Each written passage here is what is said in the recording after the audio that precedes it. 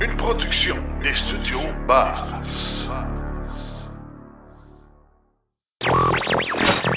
L'épisode de cette semaine est une présentation du garage Arleco. Arleco, servir au-delà de la réparation. Tesla produira les modèles Y d'ici la fin de l'année dans la Gigafactory d'Allemagne. C'est 357 000 véhicules à énergie nouvelle qui ont été vendus en Chine en septembre seulement. Toyota investira 3,4 milliards de dollars US dans la fabrication de batteries pour automobiles. C'est maintenant annoncé, c'est la fin de la Nissan Leaf dans sa version actuelle. En grande entrevue, nous avons Stéphane Pascalon qui va nous parler du projet e-Roule. En véhicule électrique. Donc, on est rendu à plus de 1,6 million de kilomètres depuis le début du projet en véhicule électrique, ce qui correspond à une réduction des GES de plus de 30 tonnes en date d'aujourd'hui. Tout ça et bien plus encore dans la 113e de Silence on roule.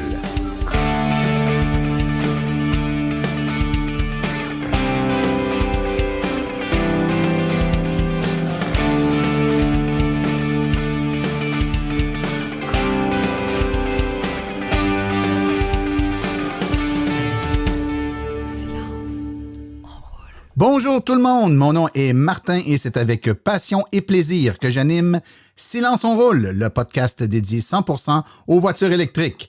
Silence on roule est également le fier partenaire de l'Association des véhicules électriques du Québec. J'espère que vous allez bien, que vous avez passé un bon 2 semaines écouté au moment où sort ce podcast, donc le 22, la publication est le 22. Nous sommes en plein en enregistrement de notre 100e épisode en retard, donc c'est un peu mêlant tout ça. Donc on écoute actuellement un épisode qui est le 113e épisode, mais on avait sauté par-dessus l'épisode 100 et là on est en train de le faire, une captation devant public au Salon du véhicule électrique de Saint-Hyacinthe. Cet épisode spécial sera diffusé très bientôt, donc les gens qui n'ont pas la chance d'être sur place, vous allez pouvoir l'écouter. Un épisode où essentiellement on fait l'historique du podcast, d'où ça vient, comment est née l'idée, toute l'histoire, comment le podcast a évolué au fil des 5 dernières années. Plein d'informations intéressantes, de statistiques sur le podcast, des bloopers qui sont arrivés au fil des années.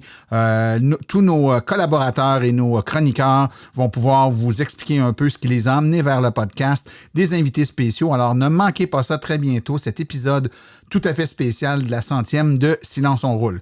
Et ça se passe, comme je vous ai dit, l'enregistrement au Salon du véhicule électrique de Saint-Hyacinthe, qui est le dernier d'une série de plusieurs salons du véhicule électrique. On parle de Montréal, Saguenay, Québec, et là, Saint-Hyacinthe, on commence à avoir de la boue dans le toupette. C'est tout arrivé dans le même mois et demi à peu près. Donc, plusieurs personnes se sont déplacées pour venir voir les nouveaux modèles de véhicules qui seront bientôt sur le marché, les modèles attendus des différents manufacturiers. Dans une période où, ma foi, l'approvisionnement est un peu difficile, vous le savez, dans le véhicule électrique, comme dans tout type de véhicule, finalement, la pénurie là, de puces électroniques fait en sorte que plusieurs modèles de véhicules sont en retard de production, donc très peu de disponibilité chez les concessionnaires. En même temps, on annonce les nouveaux modèles qui vont sortir en 2022, 2023. On commence à voir un peu ce qui s'en vient. Plein de modèles intéressants à venir. Donc, de toute façon, aller à ces salons-là, c'est l'occasion de voir les nouveaux trucs qui sont sur le marché. Parler aussi avec les gens qui travaillent pour les différents manufacturiers, puis aller glaner un peu d'informations, là, puis voir un peu venir tout ça. Si vous êtes intéressé à soit changer ou acquérir pour la première fois un véhicule électrique. Aujourd'hui, on a une émission où on va traiter particulièrement du projet e-Roule, donc un projet de sensibilisation à l'électromobilité qui passe par les écoles de conduite.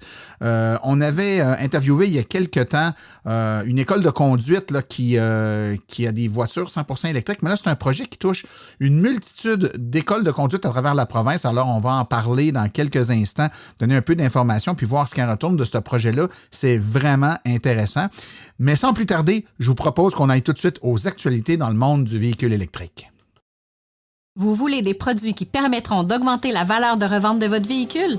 Chez Précision PPF Vitres teintées, nous sommes à votre service depuis 2015. Nos maîtres installateurs sont tous certifiés et ont plus de 17 ans d'expérience dans le domaine. Nous offrons un service de qualité inégalé quant à la protection par pierre, les soins nanocéramiques ainsi que les vitres teintées. Notre pellicule par pierre ultra résistante est invisible et conservera l'intégrité de votre véhicule tout en prévenant la rouille et en protégeant la peinture contre les débris de la route. Notre traitement nanocéramique possède un puissant effet hydrofuge et il préserve l'éclat et la brillance de votre peinture pour en faciliter l'entretien. Que ce soit pour votre voiture, votre résidence ou votre commerce, Précision PPF Vitre teintée est là pour vous offrir la multitude d'avantages qu'offre la teinte de vitre. Venez nous rencontrer au 1970 boulevard des Laurentides à Laval. Appelez-nous au 450-490-4488 ou encore venez visiter notre page Facebook Précision PPF Vitre teintée. Nous comblerons vos exigences tout en vous offrant la qualité que vous recherchez.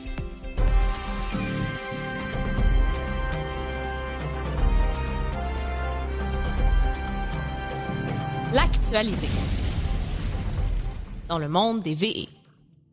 Elon Musk a déclaré lors de la journée porte ouverte de la nouvelle Gigafactory de Tesla près de Berlin le week-end dernier que la société avait l'intention d'y entreprendre la production de ses voitures Model Y avant la fin de l'année.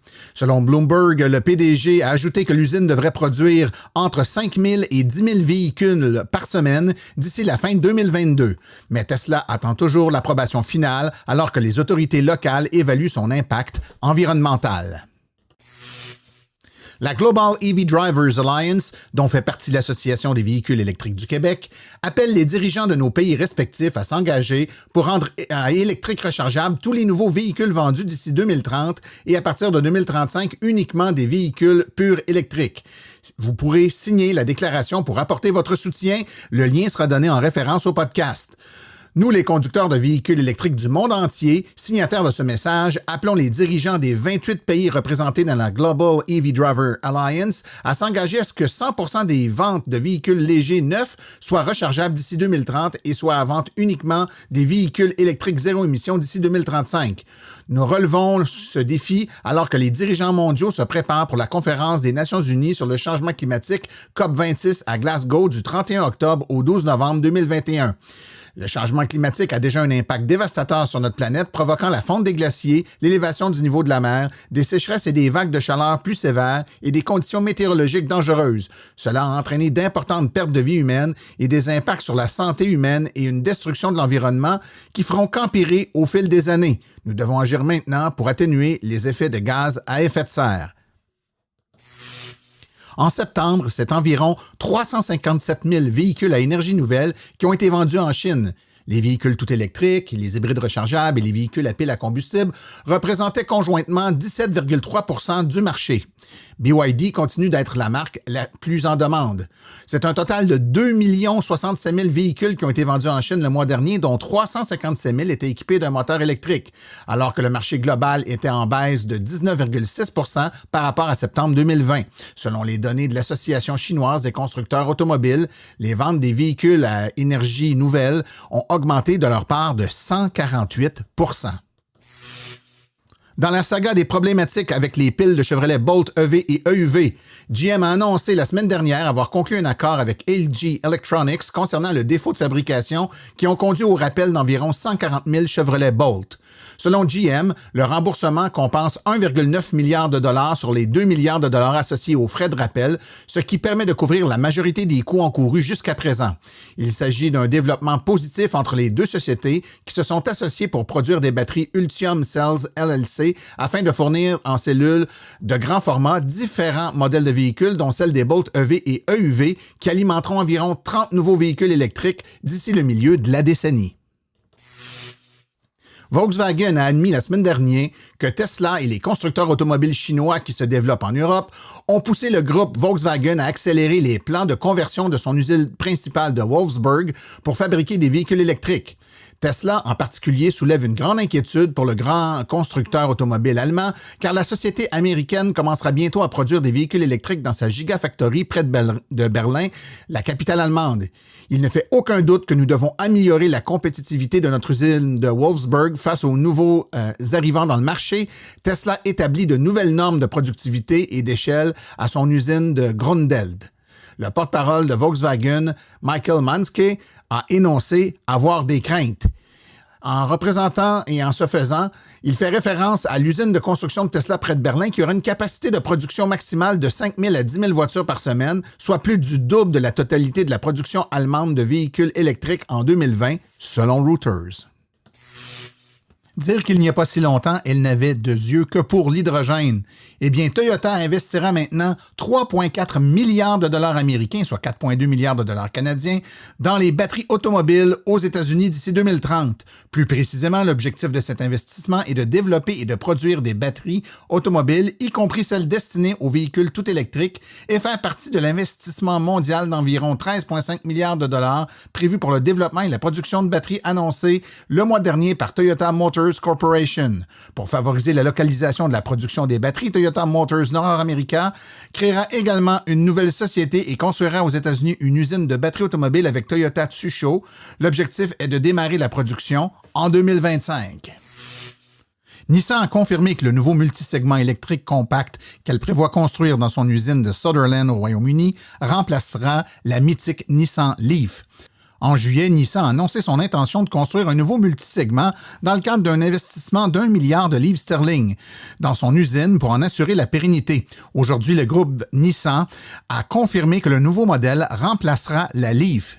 Prévu pour être lancé en 2025, le multisegment sera basé sur la plateforme CMF-EV de l'alliance Renault-Nissan-Mitsubishi, également utilisée par Ariya et Megane E-Tech Electric. Cela signifie que la future gamme de modèles de base de Nissan en Europe sera composée exclusivement de multisegments électriques, le Juke, le Qashqai, l'Ariya et le X-Trail, ainsi que le véhicule qui remplacera la Leaf.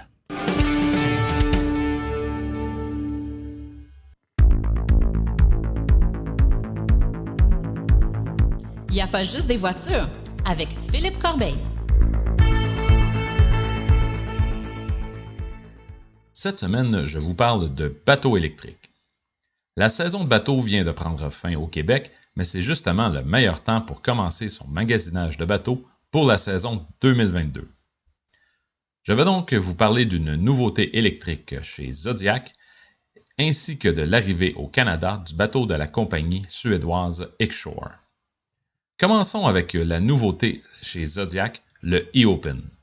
La compagnie Zodiac n'a pas vraiment besoin de présentation car ils sont en affaires depuis 120 ans et tout comme Frigidaire et Kleenex, leur nom est devenu commun et lorsqu'on pense Zodiac, on pense à un bateau pneumatique gonflable. C'est à la fin septembre que Zodiac a fait le lancement de son nouveau bateau 100% électrique, le e-Open. Il s'agit de la version électrifiée de leur gamme de bateaux appelée Open. L'électrification du bateau a été faite en collaboration avec la compagnie Torqeedo, spécialisée en motorisation électrique marine. C'est le deuxième bateau 100% électrique de Zodiac, car ils avaient lancé en 2017 la version électrique de leur modèle jet, le e-Jet. Ce dernier est un bateau propulsé par une turbine. Pour les Open, on utilise une configuration plus commune d'un moteur hors-bord. Le e-Open est disponible en deux grandeurs, 3.1 et 3.4 mètres, soit 10 et 11 pieds. Il s'agit donc d'un petit bateau pneumatique à coque rigide auquel Zodiac a intégré un moteur Torqeedo de 12 chevaux et un ensemble batterie Torqeedo 48-5000 qui a 5 kWh de capacité. Cela permet au bateau de naviguer jusqu'à 50 000 nautiques à 5 nœuds ou encore 50 minutes à pleine vitesse. La vitesse maximale atteignable est de 14 nœuds, soit 24 km/h. Il faut 6 heures pour faire une recharge de 0 à 80% avec un chargeur régulier et 1 heure avec leur chargeur rapide.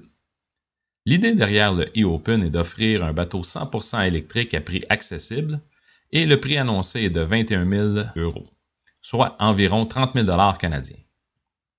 Maintenant, changeons un peu de catégorie pour aller chez la compagnie suédoise X-Shore qui arrive au Canada via l'entremise du distributeur de bateaux BCI Marine. X-Shore a développé un bateau de haut de gamme 100% électrique, performant tant au niveau de l'autonomie que des vitesses atteignables sur l'eau. On parle d'un bateau qui peut atteindre 35 nœuds, ce qui équivaut à 65 km/h, ce qui est rapide sur l'eau. Le responsable de BCI Marine me disait que le modèle d'affaires d'X-Shore est actuellement d'offrir des bateaux haut de gamme pour éventuellement arriver dans quelques années avec des modèles de bateaux électriques un peu plus abordables, un peu comme l'a fait Tesla dans l'automobile. Avec son modèle Helix 8000, X-Shore nous arrive avec un bateau de 26 pieds conçu de A à Z pour fonctionner à l'électricité et la coque a été dessinée pour être performante sur l'eau et pour contenir efficacement toutes les composantes nécessaires au fonctionnement d'un bateau électrique. Le moteur et les batteries ont été développés spécifiquement pour le X-Shore avec l'aide d'un partenaire externe. Le moteur a une puissance de 220 kW, ce qui représente environ 300 chevaux, et il est jumelé à deux batteries de 60 kWh refroidies par liquide. Le bateau offre 20 heures d'autonomie de navigation si on va à une vitesse entre 8 et 10 nœuds. Toutefois, si on exploite au maximum la puissance et qu'on roule à 35 nœuds, le bateau peut nous offrir 1h30 à 1h45 d'autonomie. Pour la recharge, le système électrique de la plupart des marinas peut offrir une recharge de 20% à 90% entre 10 et 12 heures, et si on va sur une recharge en courant continu de type niveau 3, on peut recharger le bateau à 100% en environ 2h30 sur une recharge à 55 kW et aussi rapidement qu'en 40 minutes pour une recharge de 20 à 80% à une puissance de 100 kW. Le bateau a été pensé d'un point de vue écologique et incorpore des matériaux recyclés et il est lui-même 100% recyclable. Le bateau est connecté à Internet, ce qui permet les mises à jour instantanées, ainsi que de permettre la géolocalisation et le géofencing, tout en procurant la gestion du bateau via une application qu'on peut utiliser sur la montre Garmin Mark Captain ou encore une application sur son téléphone intelligent. Le contrôle des fonctions du bateau se fait via un système Garmin à écran tactile de 24 pouces. Le prix de départ du bateau est de 415 000 $ et on m'assure chez BCI Marine que si vous commandez votre bateau maintenant, vous allez le recevoir en 2022 car on a réservé des unités de production spécifiquement pour le Canada. Le X-Shore sera visible lors du prochain salon du bateau à Montréal en février.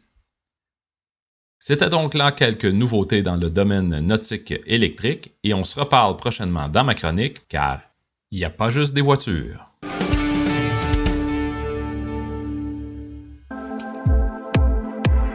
EV Born, à la maison, en condo. EV Born, vos subventions. EV Born, branché au travail. Hey Martin, on répète-tu trop le nom de la compagnie? Ou un petit peu trop, je la refais. Pour recharger, ça prend une borne de recharge et l'équipe de EV Born est à votre service.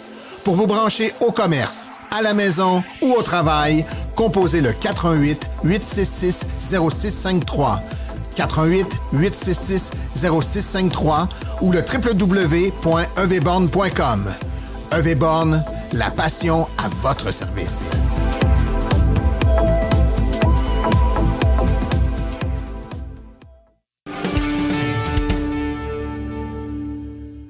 Alors aujourd'hui, on va s'entretenir avec M. Stéphane Pascalon, qui est directeur de projet électrification des transports à la Fondation québécoise d'éducation en sécurité routière. Bienvenue, M. Pascalon. Bonjour.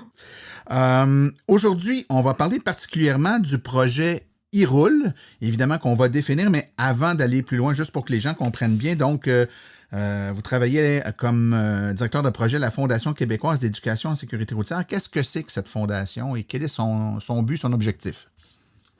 Alors, la Fondation québécoise d'éducation en sécurité routière est un organisme à but non lucratif qui a pour objectif d'aider et d'accompagner les écoles de conduite et tout ce qui va autour des écoles de conduite pour améliorer les notions en sécurité routière et aussi on a un volet qui touche l'électrification des transports et donc qui a pour objectif d'aider la transition vers l'électrification des transports dans le domaine de l'éducation sur la conduite.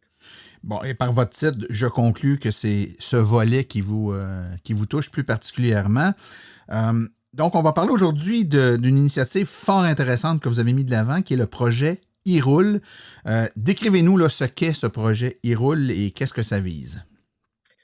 Alors, le projet e-Roule est un projet qui a débuté fin 2020, qui a pour les 2 prochaines années pour objectif de déployer à travers 100 écoles de conduite au Québec plus de 200 véhicules électriques afin de permettre aux jeunes d'avoir l'opportunité d'apprendre à conduire sur des voitures 100% électriques.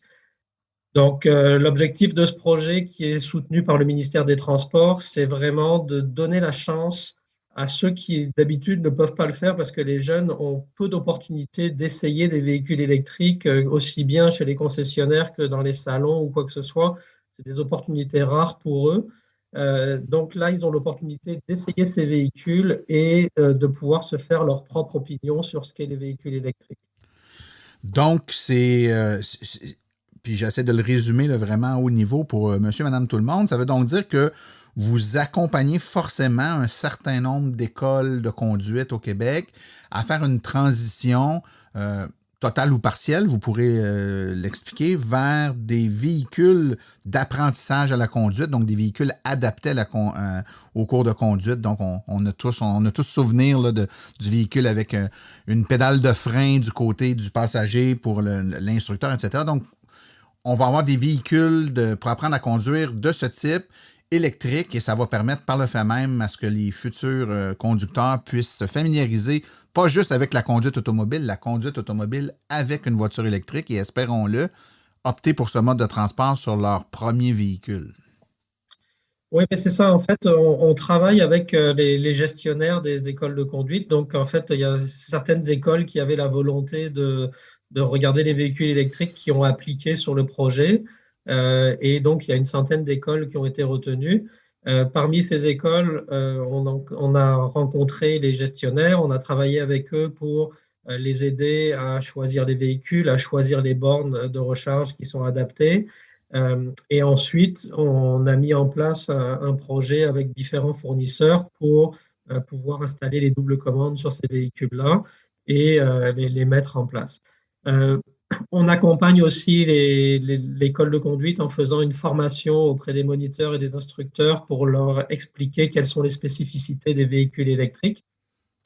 Parce qu'eux-mêmes, il faut qu'ils enseignent après sur ce véhicule électrique auprès des jeunes. Donc, il faut qu'ils comprennent quelles sont les spécificités et les quelques différences qu'il y a. C'est relativement minime, donc c'est relativement simple à expliquer. Mais il y a quand même beaucoup de notions autour du véhicule électrique que les moniteurs doivent acquérir. Donc, on leur amène ces notions-là pour qu'ils soient beaucoup plus à l'aise après dans leur enseignement. Vous l'avez dit tout à l'heure, on vise dans toutes les écoles à mettre des véhicules électriques. Donc, ça veut dire que c'est au moins un véhicule dans la flotte de chacune des 100 écoles. Mais on a quand même 10 écoles dans le projet qui sont 100% électriques, c'est-à-dire que l'ensemble de la flotte et l'ensemble des cours dans ces 10 écoles se donnent sur des véhicules électriques. Wow! OK, ben c'est vraiment un beau tournant et ça amène, je pense, son lot de questions parce que, encore une fois, on essaie de faire le parallèle avec ce que nous, on a vécu. Évidemment, les choses changent, mais j'ai quand même des enfants qui ont tout juste passé leur permis de conduire et d'autres qui vont bientôt entrer dans le processus.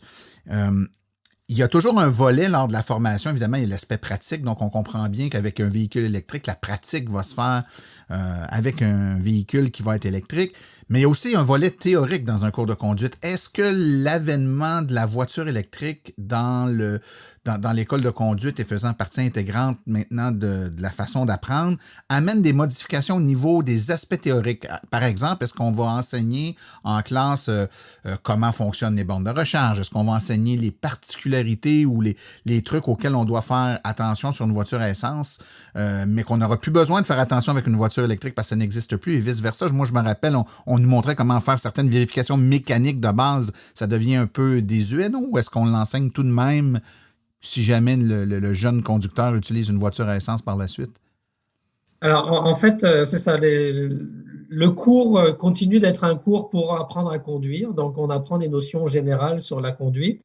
Dans les cours théoriques, il y a des spécificités pour les véhicules électriques qui sont amenées de manière très légère à travers les différents cours.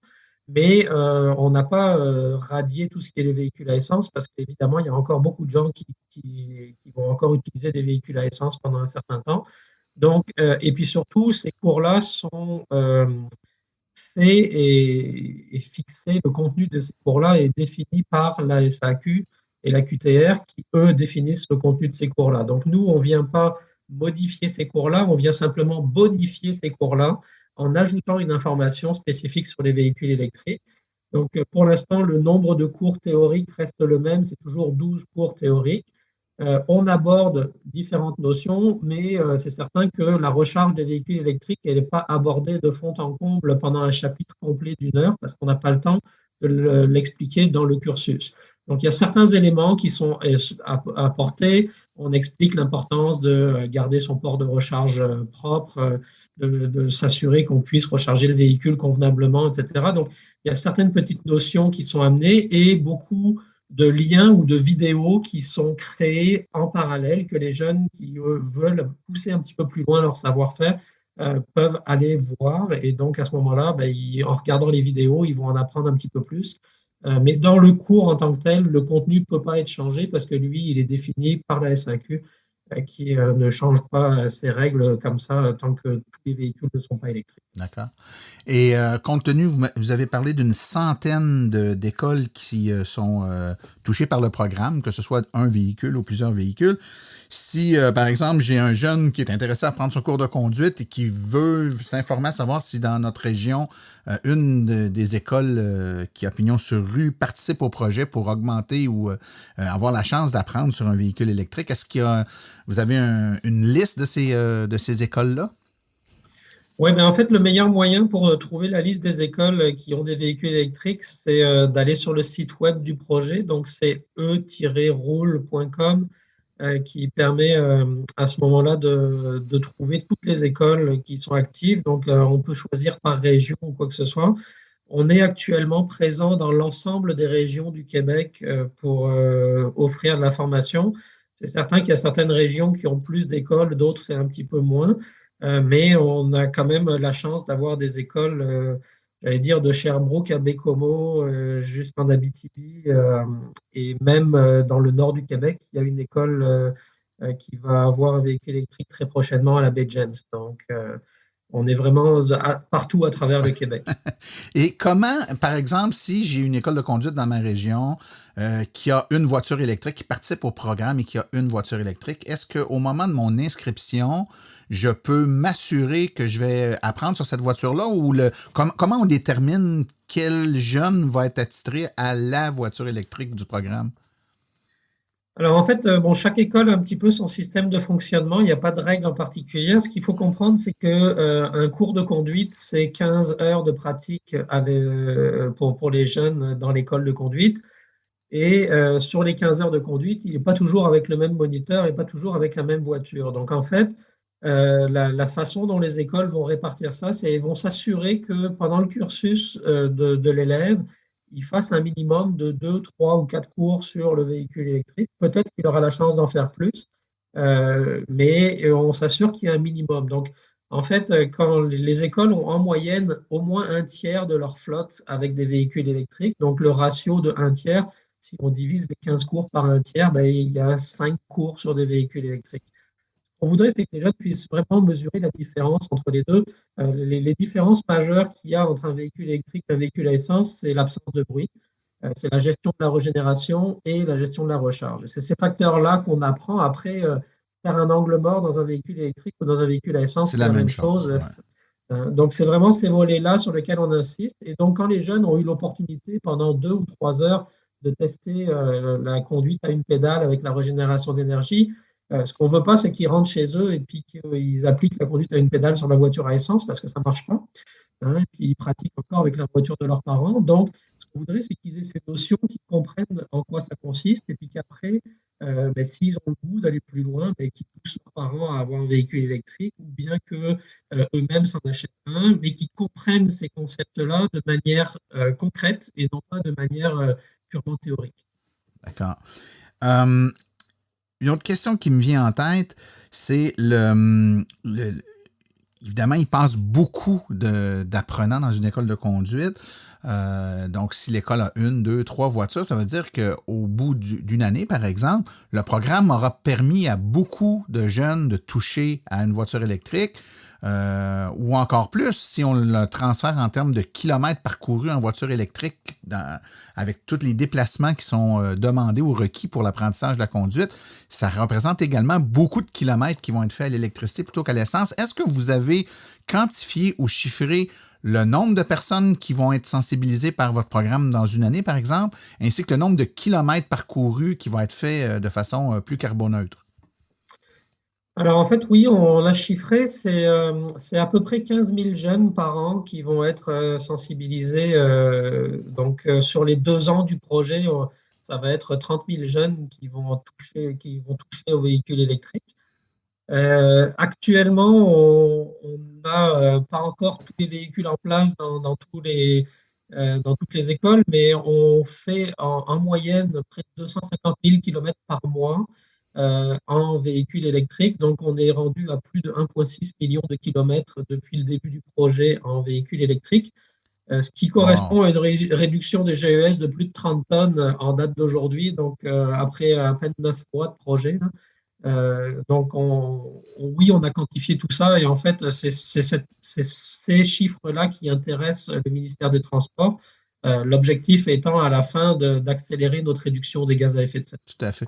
Et je ne peux m'empêcher de faire un parallèle en disant souvent, on explique les bienfaits de la mobilité électrique, puis on a souvent tendance à regarder uniquement le transport individuel, mais on explique souvent que le transport en commun, les taxis, toutes les situations, le transport de marchandises, toutes les situations qui impliquent beaucoup de véhicules, ça représente des tonnes ou des quantités colossales de tonnes de gaz à effet de serre qui ne seront pas émis. Puis on le visualise difficilement ou on se l'imagine difficilement. Alors de voir là, le nombre que simplement par un projet pilote d'une centaine d'écoles, on est en haut d'1 million de kilomètres parcourus. Tu sais, je suis persuadé que les gens ne s'imaginent pas l'ensemble des écoles de conduite au Québec, le nombre de millions de kilomètres sur les routes que ça peut représenter en une année. Puis c'est pas une industrie qui est très, très, très grosse comparativement du transport de marchandises, par exemple, ou les taxis, c'est phénoménal comme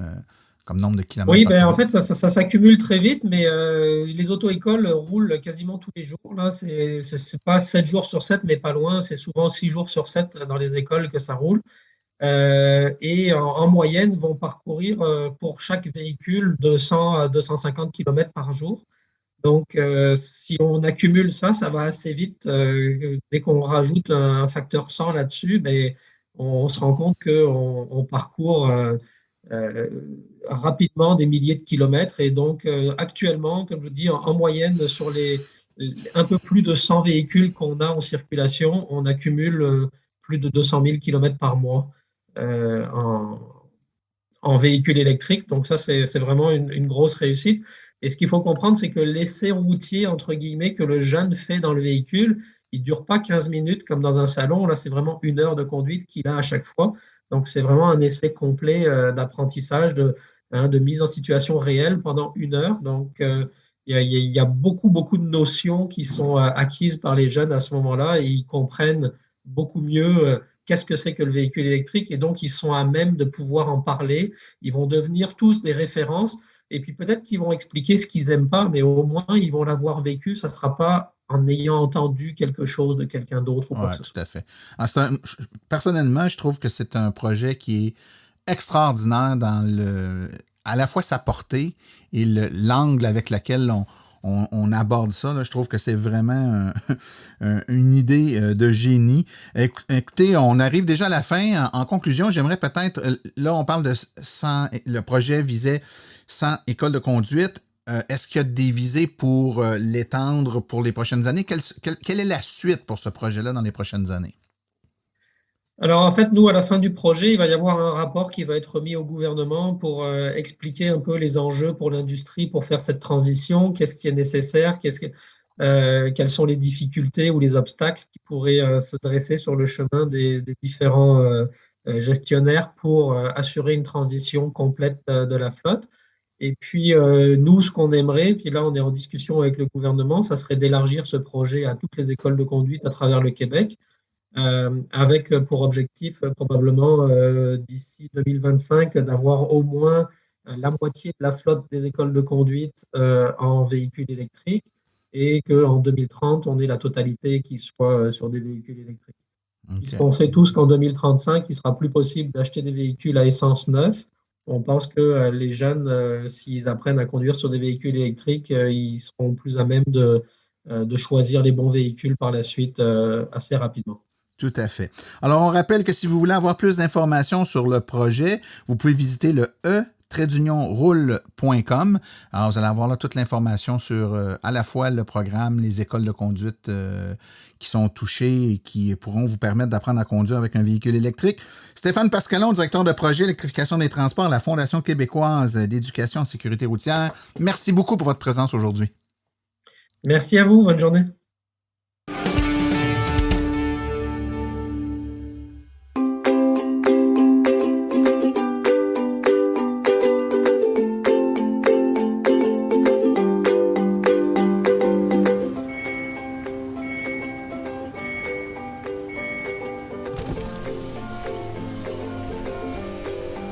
C'est vrai que ça brise moins, mais il y a quand même un minimum d'entretien à faire sur nos voitures électriques. Quand est venu le temps de faire l'entretien de mon véhicule, j'ai choisi de faire confiance à l'équipe d'Arleco plutôt que le concessionnaire. Ça fait maintenant 3 générations que cette entreprise familiale chouchoute nos voitures et ils ont été parmi les premiers à s'engager activement dans l'électrification des transports tout en adoptant des procédures et des produits sains pour l'environnement. Avec ses techniciens spécialement formés à l'entretien et réparation des voitures hybrides et électriques, Arleco nous offre aujourd'hui la même qualité de service sur nos VE qu'elle a toujours livré depuis bientôt 40 ans.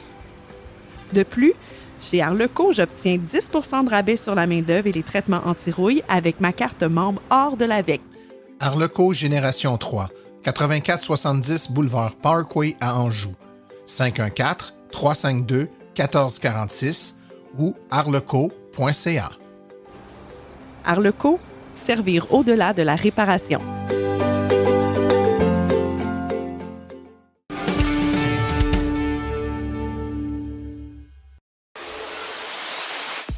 Chronique Innover avec Philippe Calvé. Pour ma chronique aujourd'hui, j'ai le plaisir de m'entretenir avec M. Jérôme Claverie, professeur titulaire de la chaire de recherche du Canada en chimie des matériaux organiques et hybrides avancés, ainsi que M. Vincent Saint-Onge, étudiant au doctorat en chimie et professionnel de recherche dans cette chaire. Aujourd'hui, on va parler de batteries tout solides ou communément appelées les solid state. Donc, merci beaucoup de votre présence aujourd'hui au podcast. Merci pour l'invitation. Merci. Donc, plusieurs de nos auditeurs conduisent des véhicules électriques, connaissent pas nécessairement ce que c'est des batteries tout solides. Donc, la question, c'est quelles sont les différences et avantages d'une batterie tout solide versus lithium-ion, ce qui est standard dans nos véhicules actuels? En fait, faut savoir que les technologies de batterie lithium-ion actuellement dans les véhicules utilisent, évidemment, il y a les électrodes qui ont de la matière active, mais il y a entre les deux électrodes, donc le plus et le moins, entre les deux, il va y avoir un électrolyte liquide. Cet électrolyte-là, en ce moment, c'est un solvant organique qui est malheureusement volatile et inflammable. Donc, avec ça, en fait, vient des risques de prise de feu, donc des risques pour la sécurité des gens qui conduisent les voitures électriques. Puis, il y a également des risques de fuite au niveau de l'électrolyte. Donc, si on vient endommager l'étui, en fait, de la batterie, il peut y avoir des fuites à ce moment-là. Alors que pour la batterie tout solide, compte tenu que l'électrolyte est un solide, il n'y a aucun risque de fuite. Donc, on vient grandement améliorer l'aspect sécuritaire de la batterie. C'est sûr qu'on l'a vu là, dernièrement, certains véhicules qui ont pris en feu. C'est sûr que, bon, on s'entend qu'il n'y a pas des feux à tous les jours non plus, puis comparaison à des moteurs thermiques, c'est autre chose, ça va. Mais quand même, on est capable de l'améliorer, ce que je comprends avec cette technologie-là, donc la sécurité. Puis, est-ce qu'il y a autre chose là, au niveau de la batterie tout solide là, qui est un avantage? Parce que j'imagine que ce n'est pas seulement la sécurité, il doit y avoir autre chose. Je ne sais pas, Jérôme, si tu veux sauter dans la discussion. Oui, donc parmi les avantages des batteries tout solides, c'est important de mentionner aussi que c'est quand même plus facile de transporter un solide qu'un liquide. Donc, vous avez tous fait l'expérience de prendre une casserole pleine de liquide et puis de la transporter sur une centaine de mètres. Donc le transport du liquide, ça demande vraiment des technologies d'encapsulation.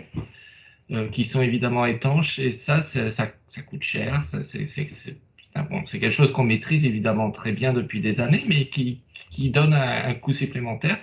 Alors qu'un transport d'un solide, ça se fait vraiment de façon plus simple. Donc ça va permettre d'arriver à faire des batteries avec des formes qui vont être différentes. Donc on va pas être obligé d'avoir l'aspect batterie qu'on connaît, qui est la cellule un peu rectangulaire avec des électrodes qui trempent dans un milieu liquide et qui sont séparés par une membrane souvent polymérique pour donner un petit peu de dureté. Ça va être, on pourrait imaginer des formes complètement, par exemple des batteries qui sont sur un tissu qui sont beaucoup plus souples. C'est pas impossible, même si ça pose un problème pour les solides. Les solides sont pas réputés pour leur souplesse. Mais donc ça ouvre quand même beaucoup d'autres designs de batteries que ceux auxquels on pense. Alors pour l'automobile, je pense qu'on va quand même très probablement rester sur le modèle qu'on connaît, qui est la boîte cellulaire qui contient des dizaines et des dizaines de cellules indépendantes. Merci, c'est intéressant quand même. Ça veut dire que ça peut sortir de la voiture seulement. C'est intéressant. Puis, dans le fond, quels sont les défis à développer et ensuite fabriquer des batteries tout solides? Ça va être différent d'une batterie lithium-ion, j'imagine. Oui, en effet, c'est quand même c'est quand même assez différent. En fait, il faut savoir qu'au niveau de la batterie tout solide, un des principaux défis, si je dirais ça ainsi, c'est le fait que souvent avec les solides, on va avoir une conductivité des ions. Donc en fait, les ions, pour que la batterie puisse fonctionner, les ions doivent bouger entre les électrodes. Et dans les solides, c'est beaucoup plus difficile d'avoir des mouvements pour ces ions-là. Donc c'est une des principales difficultés. Mais il y a également le problème qu'avec des solides, on va avoir des contacts aux interfaces avec les électrodes qui vont être aussi beaucoup plus difficiles. Ça va être plus difficile d'avoir un bon contact avec les électrodes. Comparativement à un liquide, on sait que les liquides vont facilement mouiller les surfaces, tandis que si on met deux solides un sur l'autre, le contact ne sera pas aussi bon. Donc, je dirais que c'est principalement les défis à relever par rapport au développement des batteries tout solides. Effectivement. Puis au niveau, on a vu dans les médias dernièrement là, que vous avez fait une percée particulière à l'Université de Sherbrooke. Dans le fond, quelle est cette percée-là? Puis qu'est-ce que vous avez fait de différent peut-être des autres chaires de recherche là, à travers le monde? Oui, mais en fait, la percée qu'on a fait principalement à ce niveau-là, c'est au niveau en fait, ce qu'on a utilisé, c'est en quelque sorte un plastique, donc un polymère. Puis pour briser le fait qu'il soit dur, donc qu'il soit cristallin, ce qu'on a fait, en fait, on a ajouté en quelque sorte des défauts à l'intérieur de cette matrice-là. Puis ce que ça nous a permis d'obtenir, c'est un solide relativement mou, mais tout de même solide, dans lequel les ions sont en mesure de migrer, donc de bouger. Et ce faisant, en fait, on peut faire ça à 25 degrés Celsius. Dans la batterie qu'on a également développée, on a utilisé une anode, donc l'électrode moins, qui est en lithium métallique, ce qui nous permet d'avoir une capacité plus grande d'énergie. Peut-être pour reprendre la seconde partie de la question de Philippe sur qu'est-ce qui se passe dans les autres chaires de recherche ou même dans le monde. En fait, ce qu'il faut voir, c'est que le vocable batterie solide, en fait, regroupe un grand nombre de technologies différentes. Il y a la batterie où le solide, c'est un polymère, c'est ce que nous avons utilisé. En fait, c'est des batteries qui existent depuis un grand nombre d'années, depuis les années 80, mais qui ont été complètement, qui ont pas marché et qui donnaient justement ces feux catastrophiques parce que c'était les premières versions des polymères. Et puis nous, notre percée, c'est de faire la deuxième version qui, elle, marche et qui marche à température ambiante. Donc, ça veut dire que ce que je comprends, c'est que vous, de votre côté, vous êtes dans les batteries polymères et là, vous parlez du coût. Ça veut dire que, dans le fond, le coût reste encore à déterminer, à savoir si ça fonctionne. C'est ce que je comprends. Fait que, écoutez, parlons de coût un peu. Ça m'amène peut-être à l'autre question qui est par la suite. On sait que Tesla, l'année passée, a annoncé en grande pompe son Battery Day. Il y a beaucoup de gens qui regardent ça d'en avant. Je ne pense pas que c'est des batteries solides à ma connaissance. Par contre, comment ça se compare un peu avec ce qui a été annoncé de leur côté? Oui, en effet, d'abord, effectivement, ce qui a été annoncé par Tesla, ce n'était pas des batteries solides.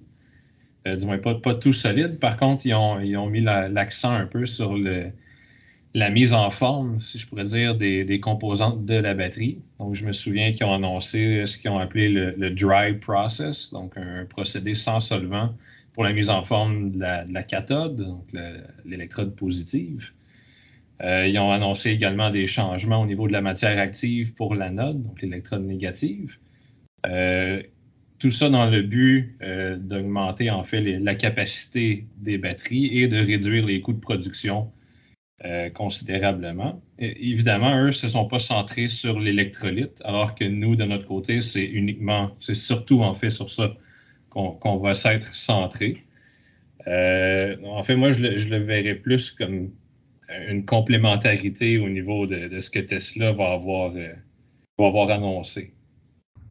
Et puis, si je peux rebondir sur ce que tu dis, Vincent, je pense aussi, ce qu'il faut voir, c'est un peu lorsque Tesla fait le Battery Day, ça veut dire qu'en fait, dans leur carton, ils ont déjà la solution, hein, mais elle est prête à être implémentée dans les Tesla qui vont sortir cette année, l'année prochaine. Et c'est formidable, je veux dire, c'est formidable de voir toutes ces compagnies. Il n'y a pas que Tesla qui innove aussi rapidement.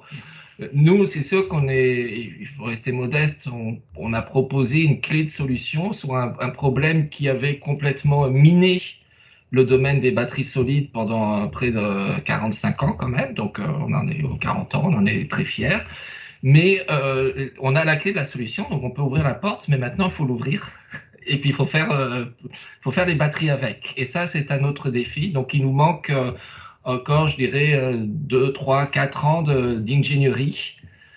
On se croise les doigts et on est très enthousiaste. On va tout faire pour que ça le soit. Donc là, justement, c'est un peu la question de dire, vous parliez de quelques années. Quelles sont les prochaines étapes là, pour voir des batteries tout solides dans nos véhicules? Donc moi, je crois que dans ce genre de travail, les étapes suivantes, c'est la production grande échelle, la mise en œuvre, la production grande échelle et la durabilité. Donc, c'est 3 défis principaux. En fonction de ça, on a évidemment après l'aspect commercial, hein, quel coût ça va être, parce que la technologie ne sera pas adaptée si elle n'est pas compétitive ou si elle n'apporte pas un avantage majeur par rapport aux technologies existantes. Donc ça, on verra. Okay, donc c'est ça, et on sait, je veux dire que l'industrie est quand même bien équipée pour prédire que ça, c'est quelques années de travail. Si au bout de quelques années, il n'y a pas la solution, on ne peut pas les mettre en œuvre, on ne peut pas les produire à grande échelle, on se désintéressera de ça. Donc, moi, je serais curieux que dans 3-4 ans, on se reparle et puis qu'on soit plus sur le podcast innovation, mais le podcast produits sortis ou même jugement des produits du passé, puis voir si on en fait partie. Ben, c'est super intéressant. J'espère effectivement que vos technologies vont se retrouver dans les produits bientôt, puis qu'en fait, on sait que l'Université de Sherbrooke, dans le passé, a déjà innové là, dans les systèmes de téléphone cellulaire. On espérait peut-être avoir une percée dans les batteries de véhicules électriques. Je pense qu'il y a un bel écosystème qui est en train de se mettre en place aussi au Québec avec plusieurs entreprises. Donc, écoutez, je vous souhaite la meilleure des chances. J'espère que votre technologie va être capable de percer. Puis, peut-être au plaisir de s'en parler dans quelques années. Merci pour votre participation. Merci beaucoup, ça m'a fait plaisir.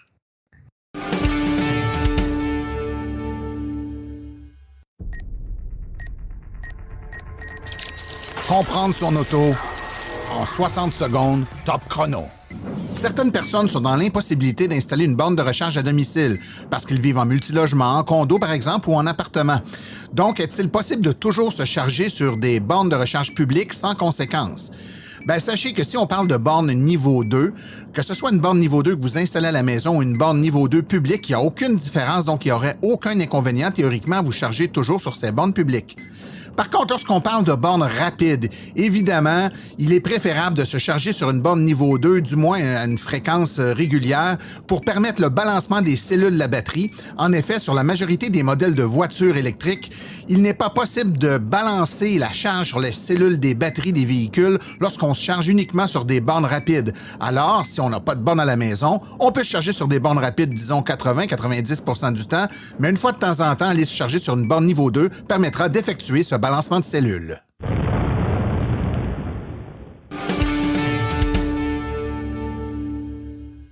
Voici les événements à venir dans les prochaines semaines dans le monde de l'électromobilité. Du 22 au 24 octobre, c'est le Salon du véhicule électrique de Saint-Hyacinthe au centre BMO. Toutes les informations sont sur le site web de l'événement. Le dimanche 24 octobre, donc dans le cadre du salon, il y aura En route vers le record Guinness du plus grand défilé de voitures 100% électriques. C'est une tentative de battre le record Guinness. Vous avez toutes les informations pour vous inscrire sur le site web de l'Association des véhicules électriques du Québec.